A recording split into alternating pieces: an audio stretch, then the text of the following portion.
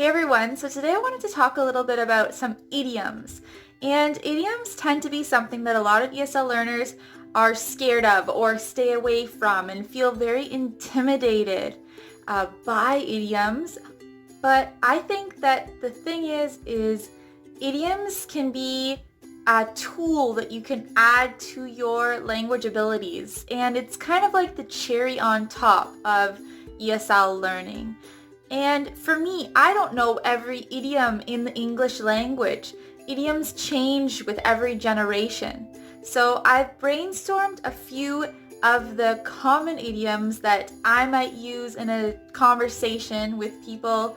And the goal here is for you to have an idea of some of these idioms in your own conversation. So you don't need to use all of them, but just try to pick one or two and try to incorporate it into your next conversation in English. So first we're going to look at some of these idioms, and then we're going to look at a few situations of when we would use each of these idioms and what kind of advice we might give people using idioms. So let's get started. So first up, this is an easy one. It's a piece of cake. So I started with this one because this is one that you probably have heard before and probably already use. So this is a great one to start using idioms with because you can use it in a lot of different situations in your day-to-day life. Something is easy, something is a piece of cake. Next up is a little bit different. It's sick as a dog. So if I'm sick as a dog, it means I'm really not feeling well. I'm just unwell. Maybe I have a cold or I'm sick to my stomach. So if I'm sick as a dog, then I'm not going anywhere. Next up, once in a blue moon. So doing something once in a blue moon means you're doing something very rarely. So for example, what is something in your life that you do not do very often? So for me, once in a blue moon, I will go to the movies. It's very rare that I do go to the movies, so it's once in a blue moon. And this expression is literally from the blue moon is a time when the moon kind of looks blue, but it's a rare time. It's kind of like an eclipse where it doesn't happen very often. It only happens certain times of the year. So saying that you do something once in a blue moon means it's something that you do not do very often at all. Next up is biting off more than you can chew. This is a great one, especially school related. Maybe with English, you've bitten off more than you can chew. So you can change that. I bit off more than I can chew. I have bitten off more than I can chew. You can use it in a couple of different conjugations. And so basically it's just when you eat a sandwich and you take too big of a bite, then you're not able to eat that bite. You're kind of choking on it. So if you bite off more than you can chew in life, it means that you have taken on too big of a bite. You're doing too many activities. You have too many responsibilities that you have signed up for. And so you're doing too much work. So you might say, oh, I'm biting off more than I can chew with my new class. You could say that. Okay, and the last one, a penny for your thoughts.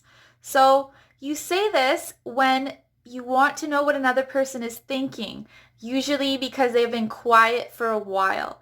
So let's break it down. A penny is worth 1 cent, so it's a piece of money. And actually, fun fact, in Canada, we got rid of the penny, so we no longer have a 1 cent coin. It is now 5 cents that is the new smallest money form. But this expression comes before all this, and so I'm literally saying to you, I will give you a penny for your thoughts. And this means I want to find out what you're thinking. You're being very quiet. You're not telling me what you are thinking. So this is a nice way of asking you politely, oh, what are you thinking about? Is everything okay? A penny for your thoughts. What's going on? Okay, so these are a few expressions that we use in day-to-day conversation. And now we're going to look at some different situations and we're going to decide what kind of advice we would give two people, and what kind of idioms we would use in these. Okay, so let's get started with that. Okay, so now we're going to look at some situations. So we have William. Now William is talking with his friend Sarah, and basically his friend Sarah has been very quiet and very pensive, and William doesn't know what he should do. So what kind of advice would we give to William? We might say to William, oh, maybe ask Sarah a penny for your thoughts. Find out what she's thinking about. Next up, John is feeling super busy. He's all stressed out. He's joined a ton of activities. He doesn't know what to do. He's going a little crazy. What might we tell John? We might say to John, John, I think that you've bitten off more than you can chew, and you need to get rid of one of your activities because there's only so many hours in a day. Okay, next up, we have Jill.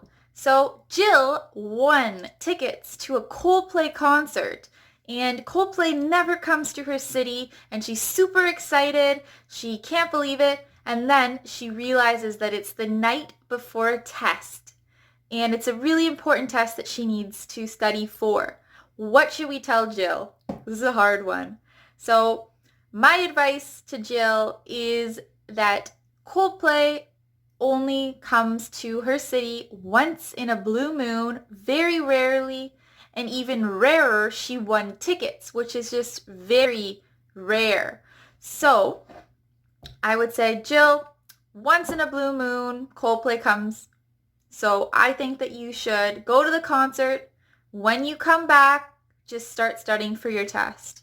And this is my advice to Jill. So maybe you don't agree with this advice. Maybe you have different advice for her.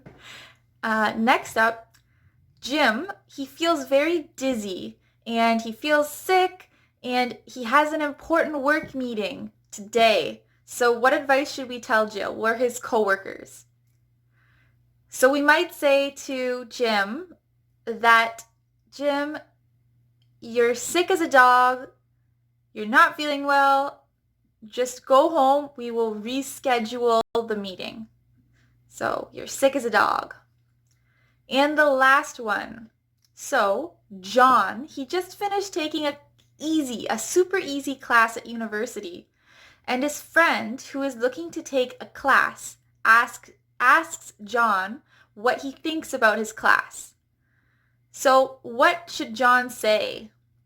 You could say, oh, well, actually, it's a piece of cake. It's a super easy course. You should take it. And that is all I have for you today. In the comments below, let me know if you've heard of any of these idiom expressions, if you have used them in day-to-day conversation, and I'll be bringing in a few more idioms in the next couple days. So thanks for watching.